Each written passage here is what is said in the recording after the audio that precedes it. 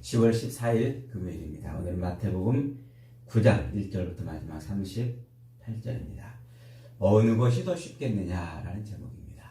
어느 것이 더 쉽겠느냐. 오늘 읽은 이 9장과 어제 읽은 8장은 한 덩어리예요. 예수님이 산에 올라가서 산상수훈을 선포하시고 산에서 내려오셔서 그리고 행하신 여러 가지 이적들. 마태는 이것을 이렇게 한 묶음으로 묶었어요. 이것이 뭐냐면 메시아의 사역이라는 거예요. 그토록 바라고 소망하던 메시아가 와가지고 행하는 일이 이런 일이다. 그래서 이제 11장에 가면은 세례 요한이 자기를 면회온 자기 제자들에게 야 너희들 예수님에게 가가지고 물어봐라. 당신이 오실 이입니까? 아니면 우리가 다른 사람을 기다려야 됩니까? 이렇게 물어보라 이렇게 얘기해요. 그때 예수님이 바로 오늘 이렇게 8장, 9장에서 예수님이 행하신 그 일을 요한에게 말해줍니다. 그게 뭐냐면 이사야서에서 예언하고 있는 메시아가 오면 일어날 일들, 그런 일들을 선포를 하고 있는 거죠. 그러니까 예수님은 지금 자신이 뭐라는 거예요? 메시아다 라고 지금 선포를 해주고 있는 거죠. 오늘 읽은 이 9장은 그 메시아 사역의 핵심인 바로 죄로부터 우리를 구원하시는 그 문제를 다루고 있습니다. 침상에 누운 중풍병자를 고쳐주시고 또 마태를 제자로 부르시죠. 그리고 죄인을 부르시는 분으로 그렇게 예수님을 소개하면서 죽은 자를 살리시고 또 맹인의 눈을 뜨게 하시고 귀신을 쫓아내는 이런 일을 이어서 계속 한단 말입니다. 그래서 오늘 묵상은 중풍병자를 고치시는 이 사건을 중심으로 메시아 사역의 가장 중요한 핵심인 이 죄 문제를 해결해 주시는 그 부분을 묵상하도록 하겠습니다. 1절은 이렇게 시작합니다. 예수께서 배에 오르사 건너가 본 동네에 이르시니. 이 본 동네라는 것은 갈릴리 옆에 있는 이 가버나움이라는 동네가 이제 마태가 생각할 때 거기가 본 동네예요. 마태는 지금 이 가버나움에서 세리로 일하고 있다고 그랬죠. 그러니까 자기 동네인 거예요. 그러니까 그 동네를 너무나 잘 아는 것이죠. 예수님이 저쪽에 가다라 지방이라고 갈릴리 바다 넘어서 요단 동편 쪽에 그 가다라 지방이라는 곳 이방 지역이죠. 그곳에 가서 귀신 들린 두 사람을 에게서 귀신을 뽑아내서 돼지떼에 넣어가지고 그 돼지떼를 물에 빠뜨려 죽게 하는 그런 일을 통해서 귀신을 제압하는 그런 일을 하시고 지금 다시 돌아오신 겁니다. 오늘 그래서 이 중풍병자를 고치시는 이런 일을 지금 하고 있는데 동일한 사건을 다루고 있는 이 마가복음 2장에 보면은 오늘 본문에는 자세하게 설명을 하고 있지 않습니다만은 마가복음 2장에 보면은 이 사람들이 너무나 막 몰려들어 가지고 예수님이 되어 계신 집으로 도무지 이 중풍병자가 누운 침상을 안으로 들어보낼 수가 없었어요. 그랬더니 그 친구들이 어떻게 했습니까? 지붕을 뚫고서 그 침상을 예수님 발 앞에 내려놓은 것이죠. 그렇게 지붕을 뚫고 침상이 내려오니까 아마 모든 사람들이 깜짝 놀라서 쳐다봤을 겁니다. 예수님도 이게 무슨 일인가 싶어서 아마 놀라서 쳐다봤을 겁니다. 그러다가 잠시 있다가 예수님이 입을 여셨습니다. 일어나라! 중풍병자야 벌떡 일어나라! 이렇게 말씀하실 줄 알았더니 작은 자야 안심하라. 네 죄사함을 받았느니라. 이렇게 말씀하시는 겁니다. 지금 마태가 말하고 싶은 게 뭘까요? 그 중풍병의 원인이 죄다. 그 얘기를 하고 있는 게 아니에요. 예수님이 그 중풍병자를 보시고 그 중풍병의 근원이 죄이기 때문에 그 죄를 치료해서 그래서 중풍병을 고치시고 있다고 말씀하고 있는 것이 아니라는 것이죠. 지금 이 중풍병자와 죄와의 관계를 마태는 지금 하나의 은유로 보고 있는 거예요. 물론 당시 중풍병자는 실제 인물이었고 그 사건도 실제 사건이었지만 그들에 대한 어떠한 설명도 없어요. 마태는 이 중풍증 병자가 누구였는지, 그를 데리고 온 친구들이 누구였는지, 왜 이가 중풍병에 걸렸는지 이런 것에 대한 설명이 아무것도 없어요. 그냥 예수님이 그 중풍병자에게 죄사함을 받았다고 선포하신 그 얘기를 지금 하고 싶은 겁니다. 그래서 마태는 그 예수님의 그 사역을 보고 중풍병자의 죄를 용서해 주시고 그를 중풍병에서 일으키시는 그 일을 보고 뭘 깨달았을까요?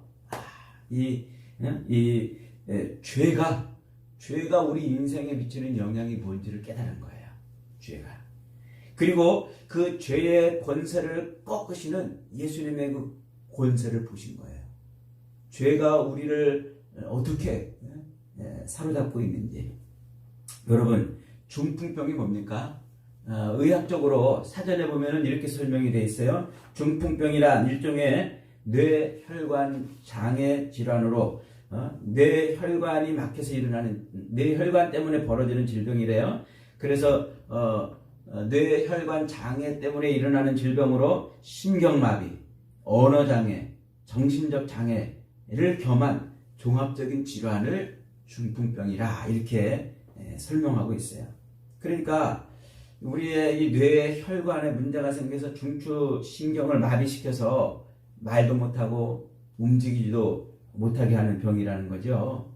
그래서 가만히 꼼짝없이 누워있게 되면은 그의 육신뿐만 아니라 그 영혼도 피폐해지고 아무것도 할 수 없는 그런 마비되는 질병인 겁니다. 지금 마태가 그걸 보고 있는 거예요. 그 중풍병을 보고서 육신의 움직임이 없는, 육신적으로 아무것도 할 수 없는 이제 그 상태만 본 것이 아니라 그 육신적으로 아무것도 할 수 없는 그 상태가 곧 영혼도 아무것도 할 수 없는 상태이라는 걸 본 거예요. 그래서 이 죄가 우리의 영혼의 중추신경을 마비시켜서 우리의 육신적으로도 그리고 영적으로도 옴짝달싹하지 못하게 만드는 그런 존재가 되었다고 지금 말하고 싶은 거죠. 로마서 5장 12절에서 이렇게 말합니다. 이러므로 한 사람으로 말미암아 죄가 세상에 들어오고 죄로 말미암아 사망이 왔나니 이와 같이 모든 사람이 죄를 지었으므로 사망이 모든 사람에게 이르렀느니라. 이 사도 바울의 선언처럼 아담의 범죄 이후로 죄는 세상에 들어와서 사람들의 인생 전체를 지배하고 장악하는 그런 권세를 부리게 됐습니다. 그래서 그 죄의 권세 때문에 인간은 육신적으로도 또 영적으로도 아주 마비가 돼가지고 하고 싶은 걸 할 수 없는 거예요. 그렇게 죄는 인간에게 그렇게 중풍병처럼 인간을 휘두르는 그런 권세를 가지고 인간을 옴짝달싹 못하게 만든다는 것이죠. 그래서 그 죄로 인해서 우리 사람들은 하나님을 알만한 것이 그 속에 있지만 하나님을 영화롭게도 아니한다고 그랬어요. 감사하지도 아니하고 오히려 그 생각이 허망해지고 마음이 어두워져서 썩어지지 아니하는 하나님의 영광을 사람과 새와 짐승과 기어다니는 동물의 모양과 우상으로 바꾼다고 했어요. 그 마음의 정욕대로 더러움에 빠져 여자나 남자나 서로를 향하여 음욕이 불리듯 하며 더불어 부끄러운 일을 행한다고 했습니다.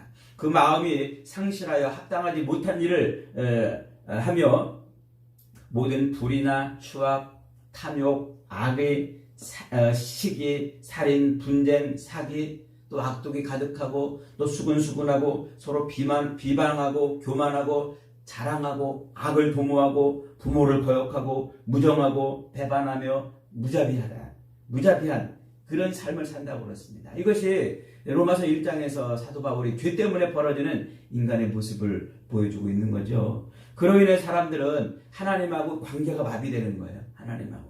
하나님을 알지도 못합니다. 대신 우상을 하나님으로 섬기고 또 하나님을 알아도 찬양이 안 나와요. 하나님을 안다 해도 기도를 할 줄 모릅니다. 기도가 안 되고 하나님을 뜨겁게 사랑하고 싶은데도 마비가 돼가지고 뜨겁게 사랑할 수 없는 겁니다. 이것은 틀림없이 죄가 가져온 영적인 중풍인 것이죠. 오늘날 적지 않은 교인들이 바로 이런 영적인 중풍에 걸려 있습니다. 그리고 다른 사람들과의 관계가 마비가 되는 거예요.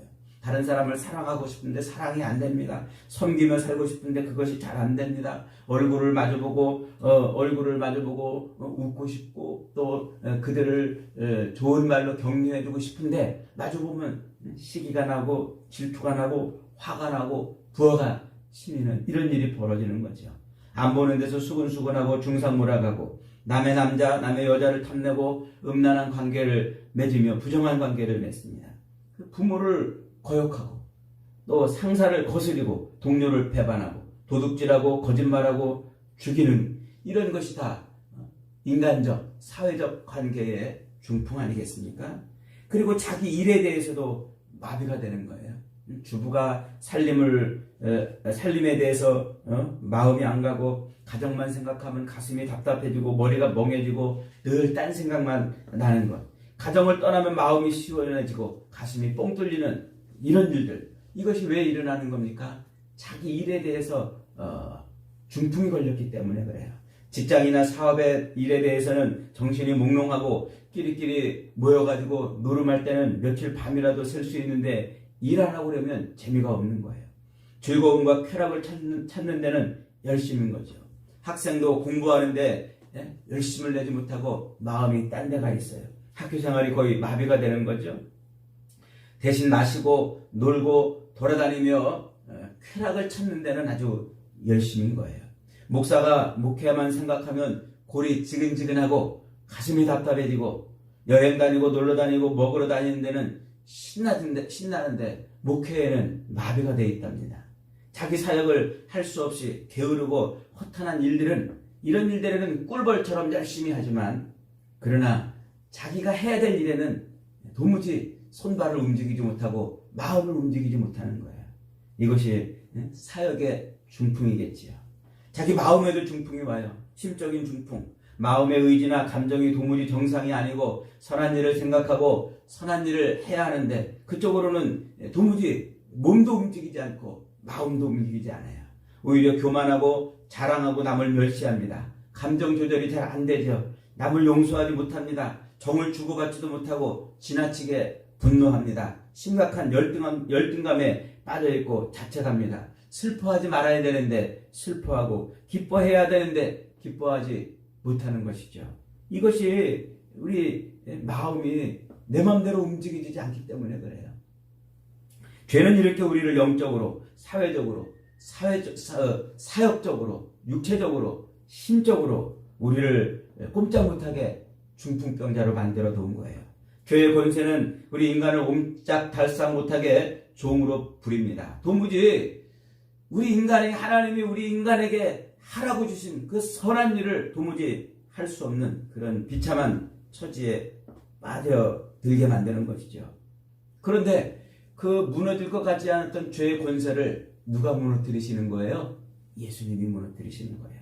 고쳐질 것 같지 않았던 그 병을 예수님이 고치시는 겁니다. 그보다 더 강한 권세로, 그보다 더 강한 힘으로 예수님은 죄를 제거하고 죄를 깨뜨려 주셨어요. 예수님의 권세죠. 죄 용서하는 권세, 죄를 치료하는 힘이신 겁니다. 그러자 서기관들이 기분이 나빴습니다. 아니 저것이 하나님이나 할 수 있는 말을 겁도 없이 하네. 참남하다 그랬어요. 참남하다. 참남하다라는 말은 신성모독한다는 말이에요. 신성모독한다. 유대인들에게는 하나님의 이름을 부르는 것조차도 신성모독하는 죄였어요. 그래서 하나님의 이름도 함부로 부르지 않았습니다. 유대인들이 죄 용서받는 길은 오직 성전에 가서 동물을 잡아서 제사 드리는 것밖에 없었습니다. 당연히 그들에게는 죄 용서는 말로만 선포되는 것이었어요. 죄를 지어서 그렇게 제물을 끌고 와서 제사를 드리면 제사장이 내 죄를 용서하노라 선포하는 그 말밖에 없었던 것이죠. 예수님은 그들의 마음을 지금 꿰뚫어 보고 계신 겁니다. 그들은 신성모독죄를 빙자하여 중풍병을 고치지 못한다고 지금 예수님을 비난하고 있는 거죠. 제사장만이 할 수 있는 일을 행한다고 지금 비난하고 있던 것입니다. 하지만 예수님께서는 그 자리에서 중풍병자를 일으키면서 말씀하십니다. 6절에서 인자가 세상에서 죄를 사하는 권능이 있는 줄을 너희로 알게 하려 하노라 하시고 중풍병자에게 말씀하시되 일어나 내 침상을 가지고 집으로 가라. 중풍병자에게 죄사함을 받았느니라고 말씀하고 있는 것은 예수님이 중풍병자를 일으켜 세울 능력이 없어서 그런 것이 아니라 그 중풍병으로 인해서 그가 겪고 있는 그 고통, 그 사망의 고통, 그 질병의 고통, 그 죄의 고통을 하감시키시기 위해서 죄를 용서하신 것인데 서기관들은 그것을 깨닫지를 못했던 것이죠. 지금 마태는 예수님께서 서기관들의 그 형편없는 믿음을 비아냥거리시는 정도의 말씀을 하시는 것이 아니라고 지금 말씀하고 있는 거예요. 예수님은 지금 죄를 용서해 준다는 그 성전 제사와 제사장들에 대한 따끔한 질책, 죄를 용서받았는데 하나님께 대해서 온전한 예배를 하지 못하고 이웃을 사랑하지 못하고 자신의 삶에 대해서 충실하지 못하는 조금도 변하지 않는 영적인 중풍에 걸려있는 그 사람들에 대한 지금 책망을 하고 계신 거예요. 그들이 죄가 아니면은 온전히 하나님을 예배하고 죄가 아니면 온전히 이웃을 사랑하고 죄가 아니면 자기 삶의 온전한 삶을 살 수 있을 텐데 죄가 용서받지 못했기 때문에 죄를 용서받지 못했기 때문에 그런 것이라고 지금 말씀하고 있다는 겁니다.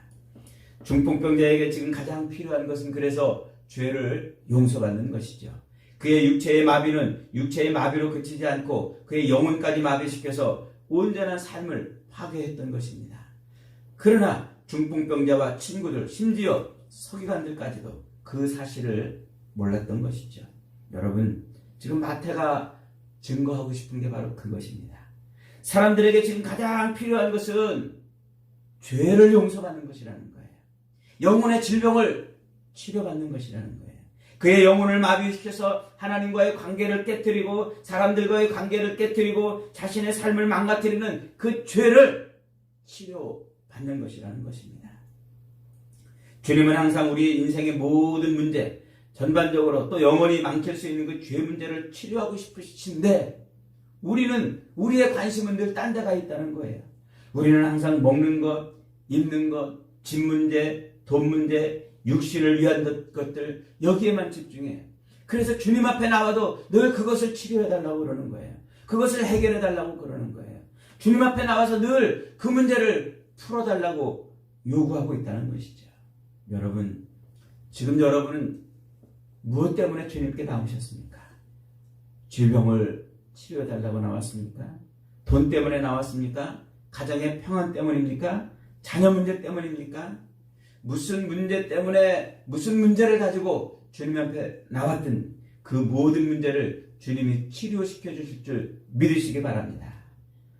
그러나 주님께서 우리에게 정말로 필요한 것이 무엇인지를 알고 있다는 것을 우리가 알아야 돼요.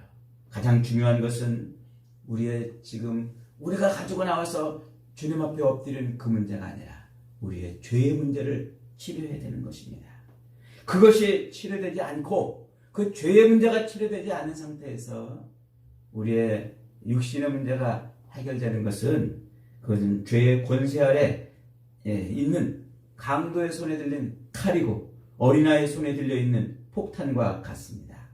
여러분, 죄의 권세는 무섭습니다. 누구든 죄의 권세가 그 속에 역사하면 멀쩡하던 사람들이 갑자기 교회를 떠납니다. 아무 일도 아닌 것을 핑계 삼아서 그렇게 하나님을 떠나는 것이죠. 꿈에도 생각하지 못했던 사람이 가정을 깨뜨리고 살인하고 사기치고 음란히 행하고 죄를 짓습니다.